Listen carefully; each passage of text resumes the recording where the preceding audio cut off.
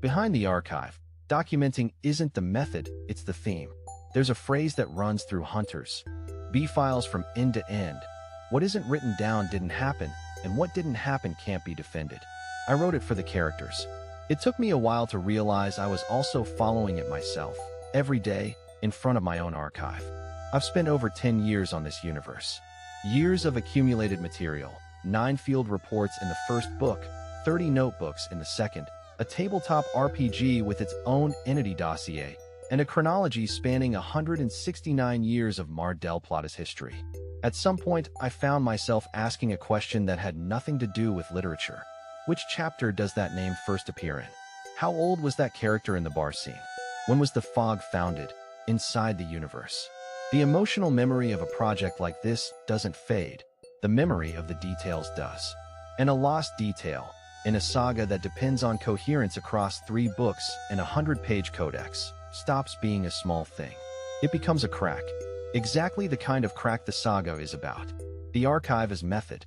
What I built to avoid losing those details is, basically, the same thing Julian Moran does. A record kept alongside the writing, where every important narrative decision gets noted down at the moment it's made.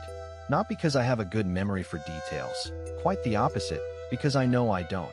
The difference between improvising coherence and having it documented is the difference between hoping something lines up and knowing it does. My role here is closer to a director's than to someone who does everything themselves. I don't operate the camera or design the costumes, but I know why every character exists, what each volume reveals, and what it holds back for the next, what the tone of the prose is, and what question the book is asking the reader. That part doesn't get systematized, and shouldn't. What does get systematized is everything around that vision. So the technical work doesn't steal time from the creative work. What I protect, the voice. Of everything I document, there's one thing I protect above the rest, the voice.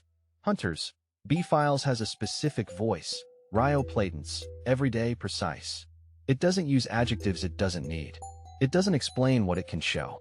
It knows when silence does more work than a sentence. That voice comes from years of reading that left sediment without ever becoming a recipe. Capote's documentary precision, Sebald's material atmosphere, Shirley Jackson's slow accumulation, Ligotti's horror that never explains itself, Sauter's everyday voice, the density of Borges's great cycle, the domestic horror Mariana Enriquez took somewhere it had never been in Argentine literature before. None of them showed up as a formula. They showed up as conversations I'd had with their books for years. The turn.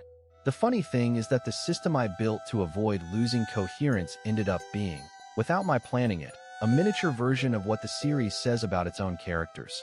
That documenting isn't insurance against forgetting. It's the only way for something to keep being real after it happened. Vagabot did it with a typewriter and a basement. Alfaro did it with 30 notebooks he thought no one would ever read. I did it with a repository. The tools change. The gesture doesn't. I'm Damian Furfuro.